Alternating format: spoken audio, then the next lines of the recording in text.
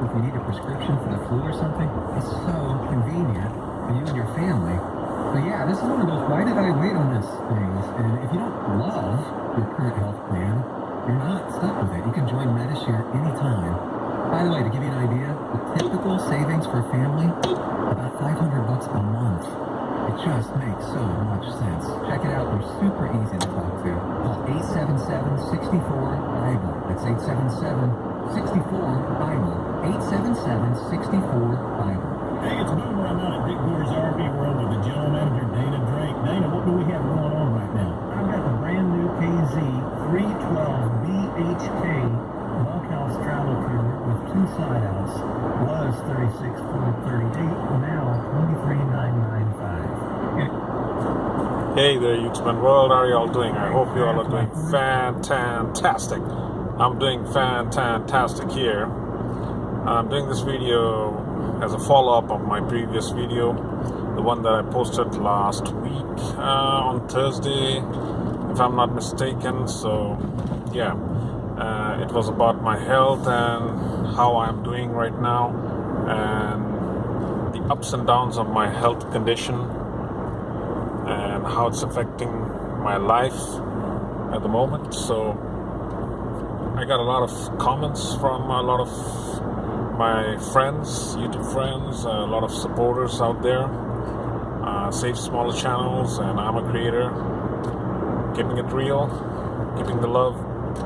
Alright, so one of my old-time YouTube buddy, Sean, he asked me about the symptoms of hypertension and whether if I ever had any symptoms before I ended up in the ER back in 2015. So Sean, buddy, I actually replied on your comment. So, and I wanted to get this message out to all of you who are watching my channel, who are following my channel, and who are actually interested to know what are the real symptoms of blood pressure, high blood pressure.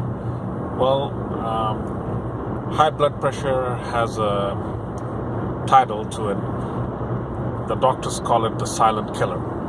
And they call it the silent killer because it is the silent killer. Because before blood pressure struck me down back in 2015 and I ended up in the ER fighting for my life, I had absolutely no idea that my blood pressure was really high. What led to that point is I was eating a lot outside, here in the United States of America. Eating out means consuming a lot of sodium, a lot of salt. Everything is salty, it's loaded with salt, and I was having a lot of fast food, a lot of cheese, a lot of fatty, food, a lot of sodas, Coke, Pepsi, you name it. I was having all those. And then I was driving a lot. I wasn't walking, I wasn't running, I wasn't doing anything. I used to do bicycling, but I had to stop because I started developing a prostate problem because of this bicycle saddle, the way it's designed. So I had to stop bicycling, and then I was gaining weight, a lot of weight. I gained a lot of weight, but I wasn't feeling bad at all. I was feeling great. I was eating. I wasn't thinking whether I was eating too much or whether I was consuming too much sodas. I never thought of it. And then suddenly it struck me one day. And it wasn't stroke actually. If your blood pressure goes really high, you end up having stroke, and that's like a vessel that ruptures, a blood vessel, a tiny blood vessel that ruptures in your head, in your brain, and then you're in big trouble. But it wasn't that for me. For me, it was more like it affected my eyesight. The tiny blood vessels in the eyes got ruptured, and it also affected one of my organs. So I ended up in the ER.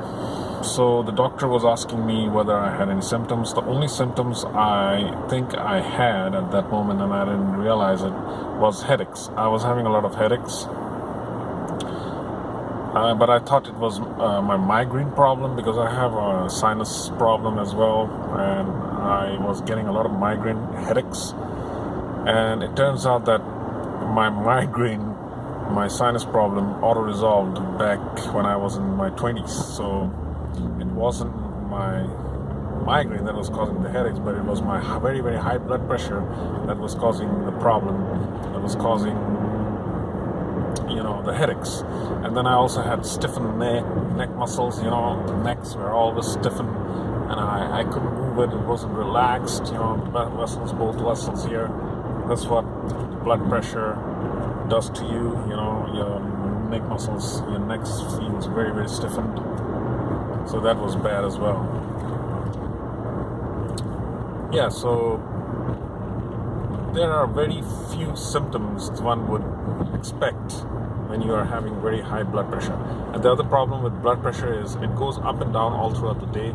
Like if you wake up in the morning, it's not the same reading as you have in the afternoon or as you have in the evening. The highest reading is in the evenings, and then at night it goes down again.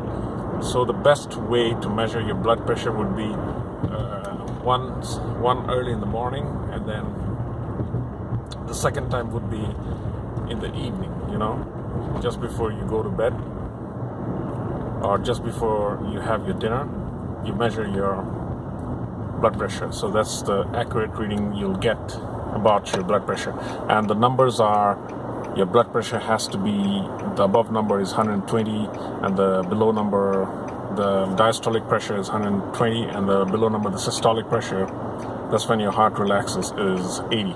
So anything above 120/80 is considered as hypertension. So hypertension is blood pressure. Blood pressure is hypertension. That's what the medical science calls it. That's the title, hypertension. So if you have readings above 120 and above 80, you know, then you need to see a doctor. You need to ask your doctor whether you should be on a blood pressure medication or having one pill a day, you know. That's how it is. And you need to, or if you don't want to have pills, you need to watch your diet, you need to watch what you're eating, you need to have an active healthy lifestyle, you know. You need to walk, you need to run if you can, you need to bicycle. You really need to have an active lifestyle and not rely on the car for everything, you know. Cars, ever since it was invented, have made our lives very convenient, but it also comes with a price, you know. Your body goes to waste when you're driving too much.